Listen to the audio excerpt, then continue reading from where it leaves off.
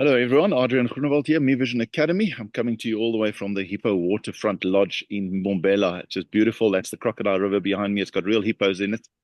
It's just an incredibly tranquil place that you can always visit, and I can recommend it. It's wonderful to be here. You'll hear a lot of birds, a lot of trees around me. So it's a blessing to be able to sit in this tranquil environment and to meet a great leader. With me today is, let me quickly introduce him. Xolile Gubayo. He's the MD of SA Lubrication Distributor, but he's had an illustrious corporate career as a director at one of the Bidvest Group's TMS, and very successful as a leader. Okay, welcome, Xolile. Thank you, Adrian. Thank you for having me this morning. Great pleasure. It's our pleasure. I'm going to do the formal recognition or the formal handover of the award, and then I'm going to ask you the essence of leadership that you've discovered. I look forward to that brief conversation. So let me share here. Xolile, this is in recognition of successful leadership awarded to yourself for at least the following principles: successfully leading on an executive level for many years. And that includes leading yourself and leading others at all times. Very particularly, your nominator said being a quiet, firm, and principled leadership force to all those around you. And then also powerful quality, diffusing and redirecting difficult situations, and in the process, winning over people. Just some of your strong qualities that stand out for him, including the fact that you lead people and organization well, but also in the process, inspiring future successful leaders. So an absolute congratulations. It's always an honor for me to sign on behalf of Me Vision Academy, a journey to best self. And of course, we do believe that you're on that journey. So a formal congratulations to you. Thank you so much, Adrian. And I'd like to thank Dr. Leon Stein as well for the nomination. As I said, I worked with him for quite a long time. Thank you so much. No, it's such an honor to meet you. And then the big question, you've led a lot, you've watched leaders, you've been led, you've seen leaders under you, around you. What would you say is the essence of successful leadership in today's world? In my view, leadership is the ability to inspire others, the ability to motivate others, the ability to influence others, but most importantly, the ability to guide others towards a shared goal. It all starts with a vision, okay? It starts with the vision because leaders by their nature are visionaries, okay? They see things that others are unable to see. You know, in this clutter, leaders see opportunities. They see things that others are unable to see. I'll cite just one example of what really is an inspirational leadership. Tata Nelson Mandela in 1995, he actually saw sport as an opportunity to inspire the world, to unite the nations. I mean, it's exactly to us. And he used that to his advantage to make sure that he unites the nation.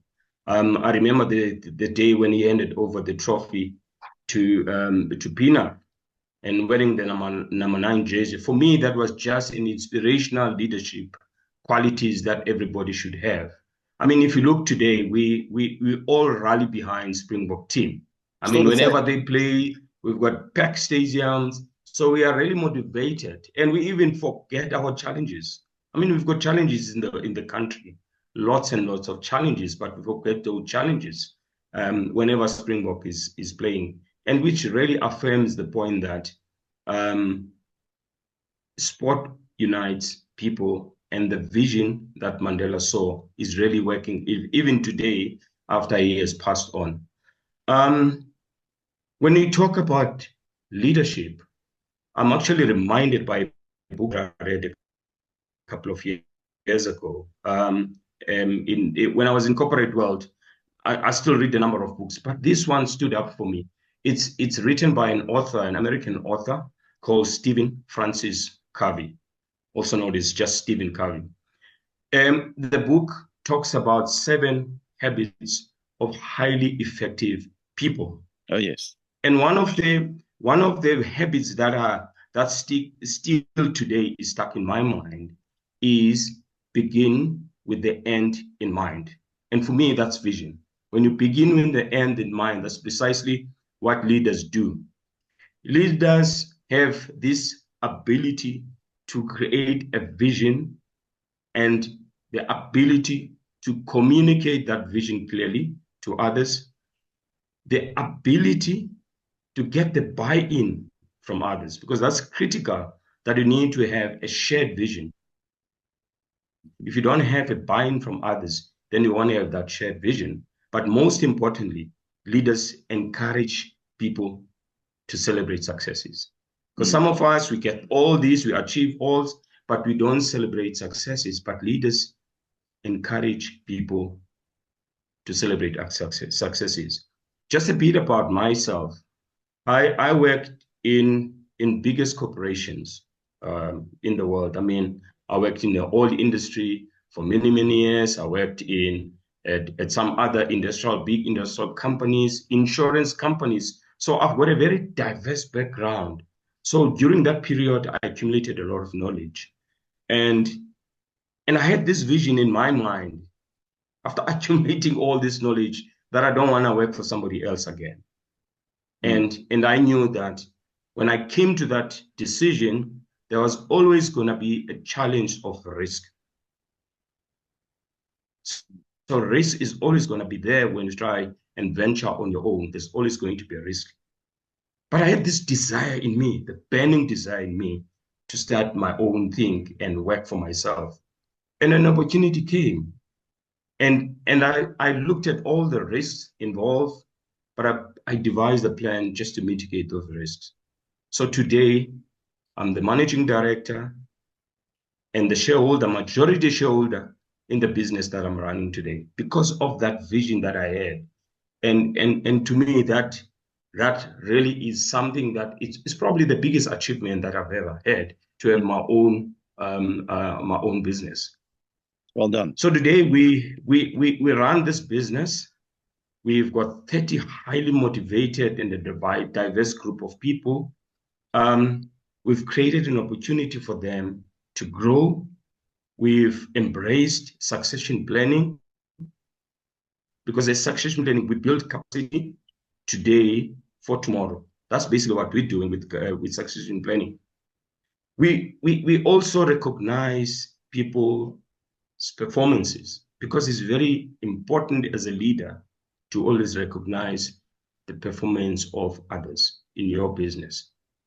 However, you also have to implement consequence management where people don't. I mean, that's what leaders do, where people don't perform. But I mean, in a nutshell, we implement consequence management just to make sure that we correct, and we always motivate people to learn from their mistakes. That's the reason why it is there. As a business, we're also involved in the community where we operate. We've got a lot of community around us where we operate. We pick up small enterprises, small micro enterprises. We help them grow and reach their aspirational goals. We also have non-profit organizations that we work with as a company. And these are NPOs that look after people living with disabilities. And we thought, as leaders, we should contribute to making a change in an environment where we operate.